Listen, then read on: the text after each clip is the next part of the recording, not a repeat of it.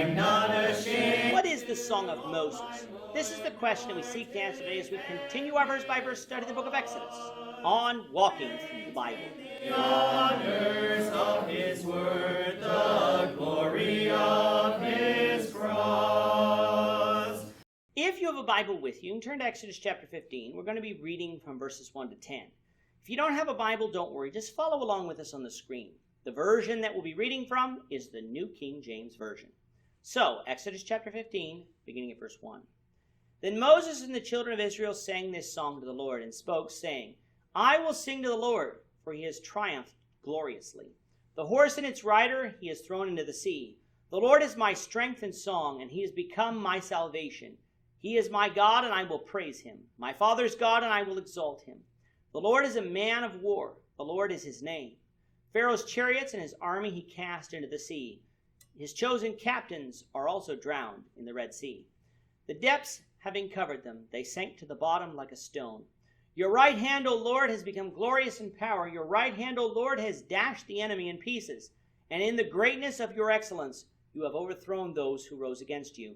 You sent forth your wrath. It consumed them like stubble. And with the blast of your nostrils, the waters were gathered together. The flood stood upright like a heap. The depths congealed in the heart of the sea. The enemy said, I will pursue, I will overtake, I will divide the spoil. My desire shall be satisfied on them. I will draw my sword, my hand shall destroy them. You blew with your wind, the sea covered them. They sank like lead in the mighty waters. In this episode, we have what is referred to as the Song of Moses and sometimes referred to as the Song of the Sea. Unfortunately, because of time, we will be unable to cover this entire song in one episode, but we invite you to read the first 19 verses of this chapter to get the full sense of what is being spoken of here. The children of Israel have just crossed the Red Sea at the Gulf of Aqaba into what we would call Saudi Arabia today. Bible readers know that they're on the journey to Mount Sinai, but as of yet, we have not read that in the book of Exodus. Israel has just watched the Lord slay the armies of Pharaoh by bringing the waters of the Red Sea down on them.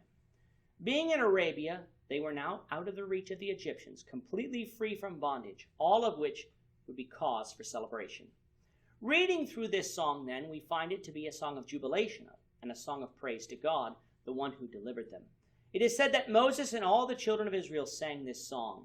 It begins by stating that they will sing to the Lord, Lord meaning Jehovah in this song, for he has triumphed gloriously. Israel recognized here that they weren't delivered from the Egyptians by their own power, their own strength, or their own cunning. They were delivered by the Lord, who parted the Red Sea, allowing them to walk across. Because the Lord delivered them, he is their strength, their song, their salvation, and their God, for without him, they would have been defeated by the armies of Pharaoh. Because he is all of these things, he is worthy to be exalted. Moving now to verse 3 and onwards, Moses is going to give human characteristics to the Lord in places so that we can understand what is being said. God is a spirit, he is not a human. As such, he does not look like a human would look. Verse 3 says that the Lord is a man of war.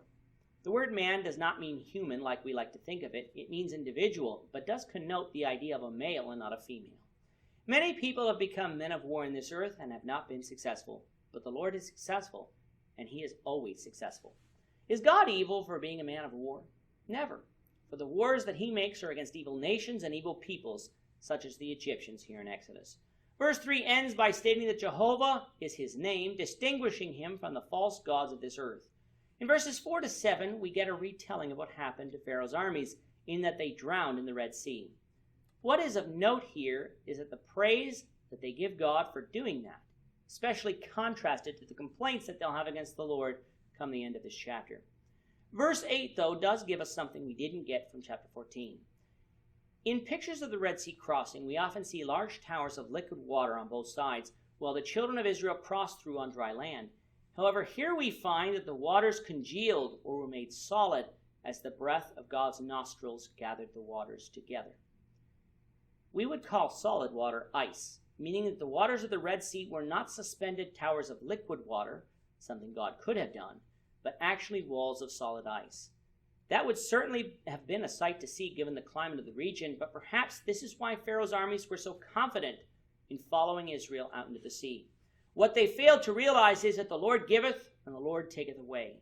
The Lord made the sea water into walls of ice, and if he could do that, with the power of his voice, he could turn the ice back into water just as quickly. Egypt pursued Israel, but the Lord blew his wind, and the sea covered them. We'll get the remainder of this song, Lord willing, in the next episode.